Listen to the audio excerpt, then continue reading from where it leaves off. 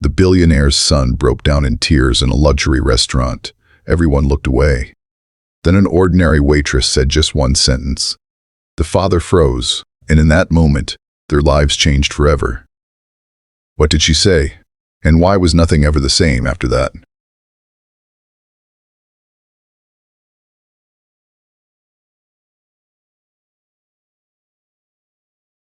Thao was sitting at a table by the window. The expensive restaurant breathed silence and luxury.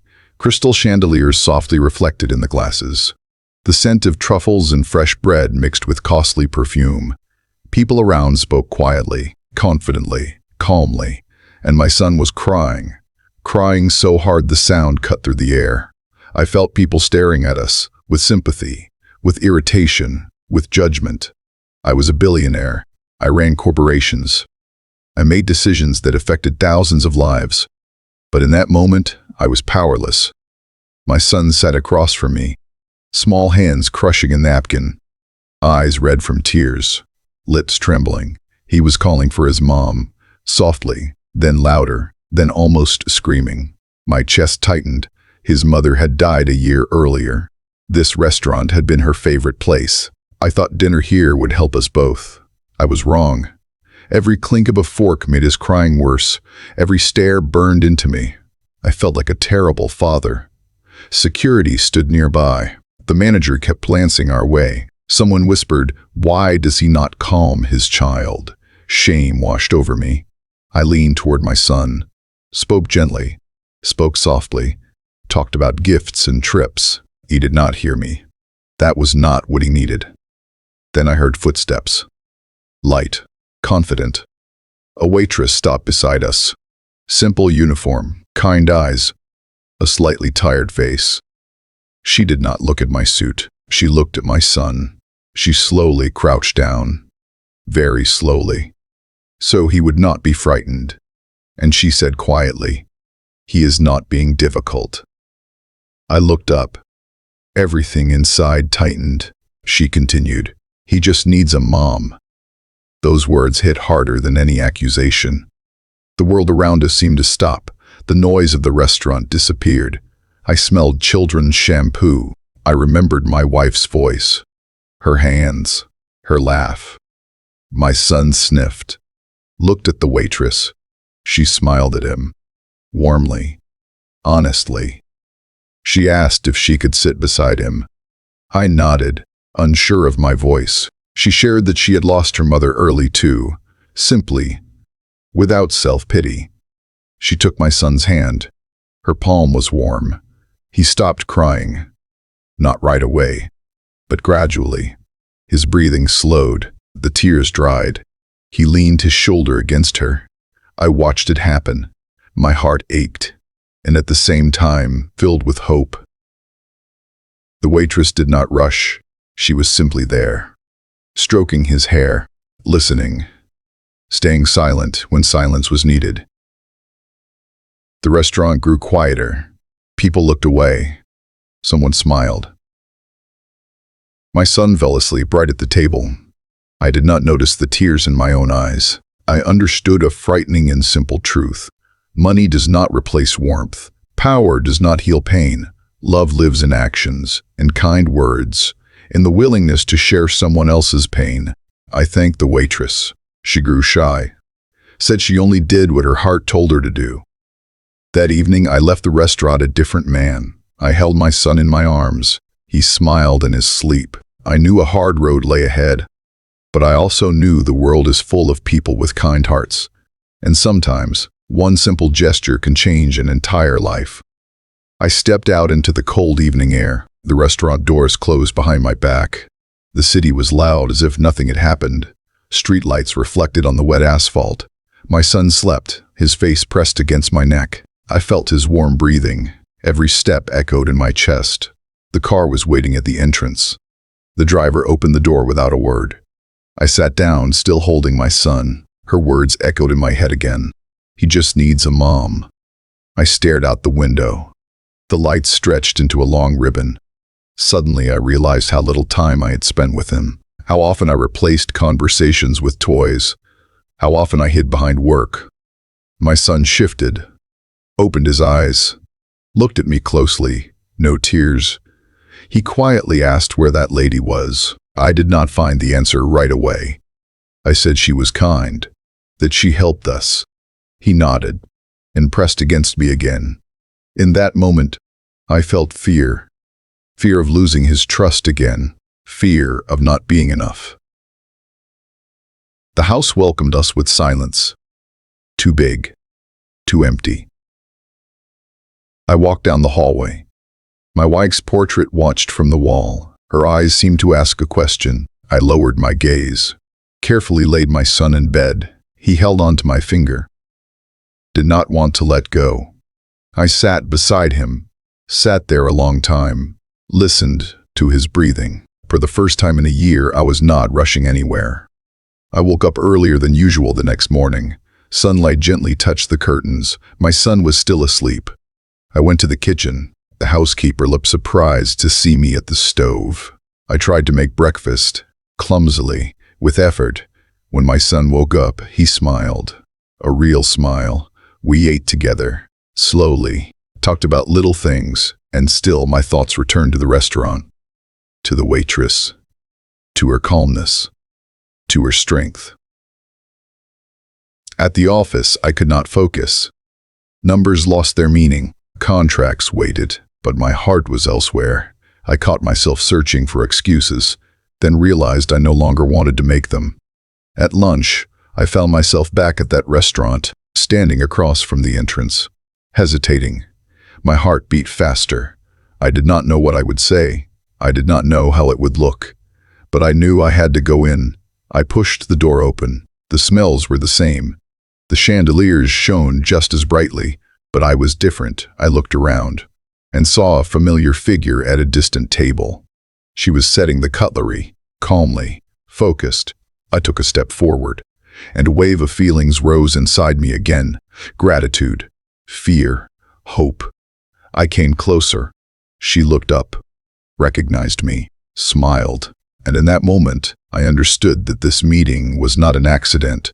Her smile was calm, without surprise, without expectation, as if she already knew I would come back.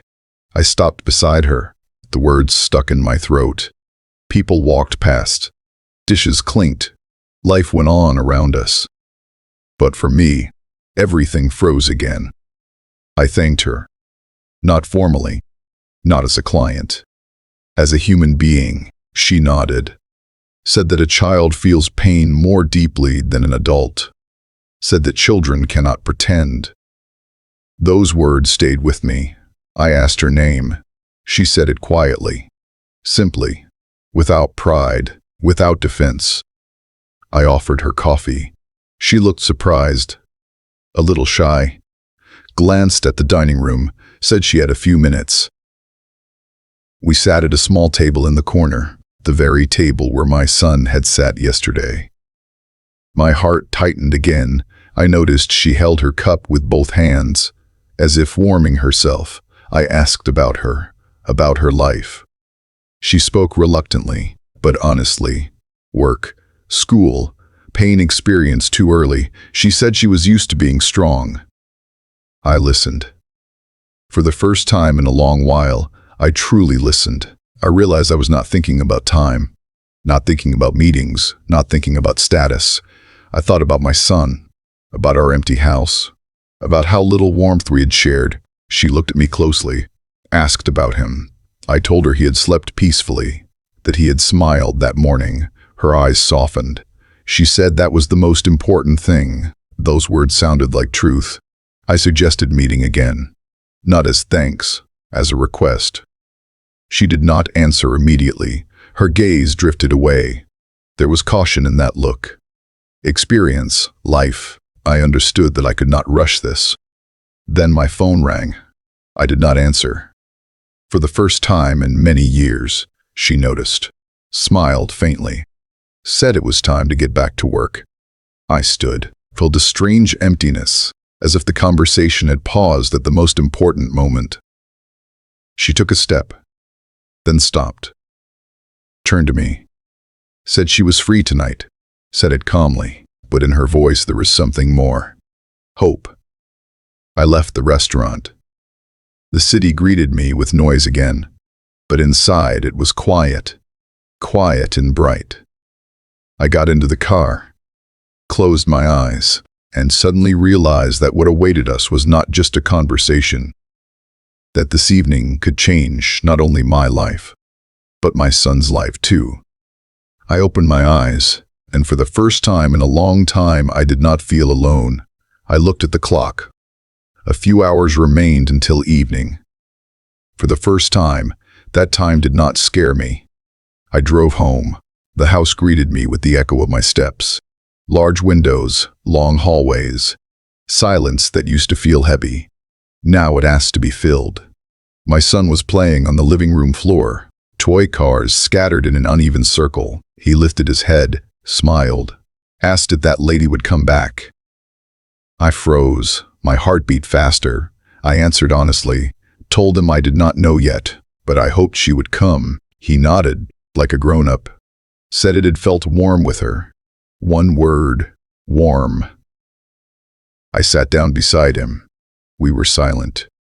The sun slowly moved across the floor. Suddenly, I noticed how much he had grown, how his gaze had changed, how caution had appeared in his eyes.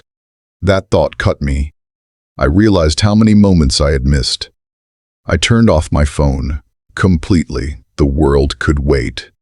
We built with the blocks together, slowly, awkwardly. We laughed when pieces fell. I soaked in every sound, every breath he took, every smile. By evening I dressed simpler than usual. No tie, no showy confidence. My son asked where I was going. I said I had an important meeting. He thought for a moment, said that important things should be cherished. I kissed him on the forehead. Those words stayed with me. The restaurant greeted me with soft light. The evening felt different. Calm. I sat at the same small table in the corner, waiting, listening to the sounds. My heart beating unevenly. I saw her at the entrance, without a uniform, in a simple coat. She looked different, but her eyes were the same, deep, honest. She approached, sat across from me. We were silent for a few seconds. That silence was not empty. I spoke about my son, about the house, about the fear of doing something wrong. The words flowed on their own. She listened, without interrupting. Just like before, I felt the tension leaving me. She said pain does not disappear immediately, but with someone by your side it becomes quieter. Those words sank deep. I caught myself imagining her in our home. At breakfast, in the quiet of the evening, I was afraid of that thought, and at the same time, I felt hope. She asked what I truly wanted. The question sounded simple, but inside, everything shifted. I thought carefully. For the first time, really thought, and in that moment, I realized the answer was already there. I looked up and spoke the truth. No masks, no fear. I said I wanted to be there, to learn how to listen, to make my son feel safe again. She looked at me for a long time. There were no promises in her gaze, but there was trust. She said love cannot replace the past, but it can give support to the present. We left the restaurant together. The night was quiet. The city breathed calmly. I walked beside someone who had not saved us. She had simply shared warmth. Over time, she became part of our lives, not immediately, carefully, with respect for the pain we carried. My son started laughing again. The house filled with voices. I stopped measuring life in numbers. I began measuring it in moments, and I understood the greatest lesson. A child's heart does not need wealth. It needs presence, honesty, kindness, and sometimes one simple phrase, spoken with love, can change the fate of several people at once. Thank you for listening to this story. If it touched your heart, share it, leave a comment, and let someone know you are never alone.